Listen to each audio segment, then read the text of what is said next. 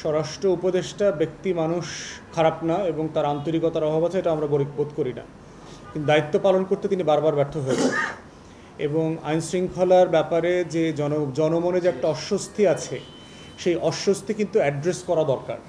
এই অস্বস্তির বিষয়টা হচ্ছে যে আমরা বলতে পারি যে হয়তো আওয়ামী লীগের আমলের তুলনায় এটা খুব খারাপ না কোনোভাবেই, কিন্তু মাথায় রাখতে হবে যে সোশ্যাল মিডিয়া ড্রিভেন কিন্তু একটা ট্রমা আছে।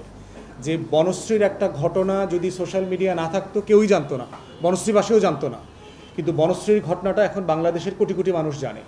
তো সেই বাস্তবতায় বুঝতে হবে যে আইনশৃঙ্খলা পরিস্থিতি অ্যাকচুয়াল ফিগার যতই ভালো হোক, জনমনে কিন্তু একটা ভীতি তৈরি হয়ে আছে এবং সেই জায়গাতে স্বরাষ্ট্র উপদেষ্টার ব্যর্থতা স্বীকার করা ছাড়া তো কোনো অপশন নাই।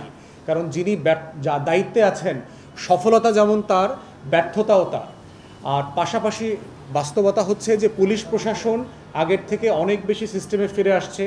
প্রচুর পরিমাণে তাদের মধ্যে যে ভয় ভীতি, কাজ না করবার জায়গা ছিল কর্মকর্তাদের মধ্যে ছিল, সেটা অনেকটা কমে গেছে আগের থেকে। এটাকে এই আরও কীভাবে বুস্ট করা যায়, আরও কীভাবে বাড়ানো যায় এবং সবাইকে নিয়ে কালেকটিভলি কিভাবে আমরা এই আইনশৃঙ্খলা ইস্যুটা হ্যান্ডেল করতে পারি, এই বিষয়ে অন্তর্বর্তীকালীন সরকারের প্রধানের সাথে যখন আমাদের দেখা হয়েছে গত বছর এবং এই বছর, আমরা বারবার বলেছি যে 2-3টা বিষয় জনমনকে খুব বেশি আশ্বস্ত করে অথবা ভীতির মধ্যে ফেলে। তার ভিতরে একটা হচ্ছে আইনশৃঙ্খলা, তারপরে দ্রব্যমূল্য বাড়া কমা, এগুলো নিয়ে গণপরিবহন, দূষণ। তো সেই বিষয়গুলো নিয়ে আমরা বারবার বলছি অন্তর্বর্তীকালীন সরকারকে সিরিয়াসলি রিভাইজ করা দরকার। তার পলিসি ভুল আছে কিনা, অযোগ্য অদক্ষ লোক হলে সরায় দেওয়া দরকার, যেভাবে শিক্ষা উপদেষ্টাকে সরিয়ে দেওয়া হয়েছে।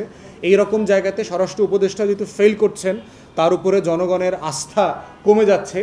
অন্তর্বর্তীকালীন সরকারকে বিকল্প ভাবা দরকার যে অন্য কাউকে দিয়ে দায়িত্ব পালন করলে জনমনে স্বস্তি ফিরে আসবে কিনা, এটা আমরা বোধ করছি। আর কোনো প্রশ্ন?